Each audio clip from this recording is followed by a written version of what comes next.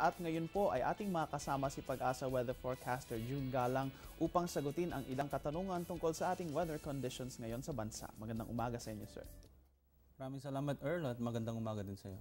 Ginoong Galang, simulan po natin ang ating panayam sa pamamagitan ng pagkalap natin ng update tungkol dito sa low pressure area na kahapon ay nasa silangan ng Luzon. Ano na po ba ang latest developments tungkol dito sa weather disturbance na ito?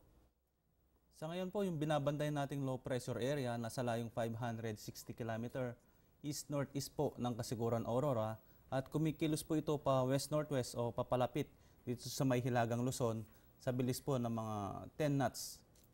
Yan nga mga kaibigan, itong ang low pressure area natin ay nagpapatuloy sa kanyang pagkilos patungo dito sa may hilagang bahagi ng Luzon. Ginoong Galang, follow-up question lamang po, karagdagang katanungan, inaasahan po ba natin na magiging isang ganap na bagyo itong low pressure area na ito sa mga susunod na oras at araw?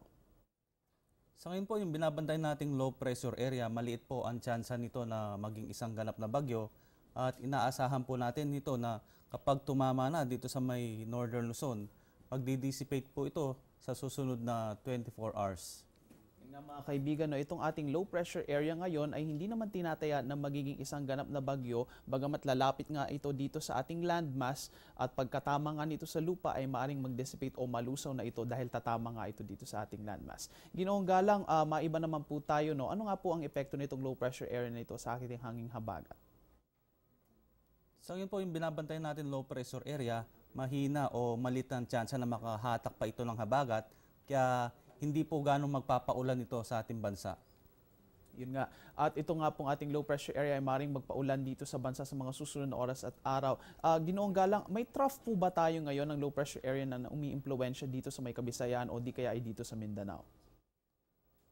Sa ngayon po, yung trough ng low pressure area ang apektado po dito sa may part ng eastern section ng Luzon, kaya medyo maula po itong part ng Cagayan at Isabela, kasama na po ang Aurora. Medyo apektado po nitong trough, itong low pressure. Yun nga mga kaibigan, may trough ng low pressure area na nakaka-apekto dito sa may silangang bahagi ng bansa. At Ginoong Galang, meron pa rin po ba tayong high pressure area dito naman sa may Luzon na kahapon ay narito nga sa may kanlurang bahagi ng Pilipinas? Sa ngayon po, yung high pressure natin nananatili pa rin dito sa may West Philippine Sea. Kaya kung mapapansin po natin, walang gaanong kaulapan dito sa may kanlurang bahagi ng ating bansa. Mga kaibigan, yan nga, dito naman sa may gawing kanluran ng Pilipinas, lalong-lalo na sa Luzon, ay nananatili pong maganda ang panahon natin dahil yan sa high pressure area dito ngayon sa bansa. At Ginoong Galang, dahil nga may low pressure area dito sa may silangang bahagi ng Pilipinas, ay mayroon po ba tayong itinaas na gale warning sa saan mang bahagi ng seaboards ng bansa ngayong araw? Ngayong araw po nito, wala tayong nakatas na gale warning, kaya safe pong pumalaot yung mga kababayan natin mangingisda. Yan nga mga kaibigan, ngayong araw na ito nananatili namang safe ang ating seafaring conditions ngayong araw. Ngunit sa pagdating nga nitong low pressure area ay maaaring magbago yan, kaya manatili po kayong updated sa pamamagitan sa panonood sa amin dito at sa telebisyon ng bayan. At finally, Ginoong June, maaari po ba naming malaman kung ano nga po ba ang forecast nitong araw ng Sabado? Sa ngayon po, ito pong Western, Central Visayas, kasama na po ang Northern Mindanao at Caraga Region.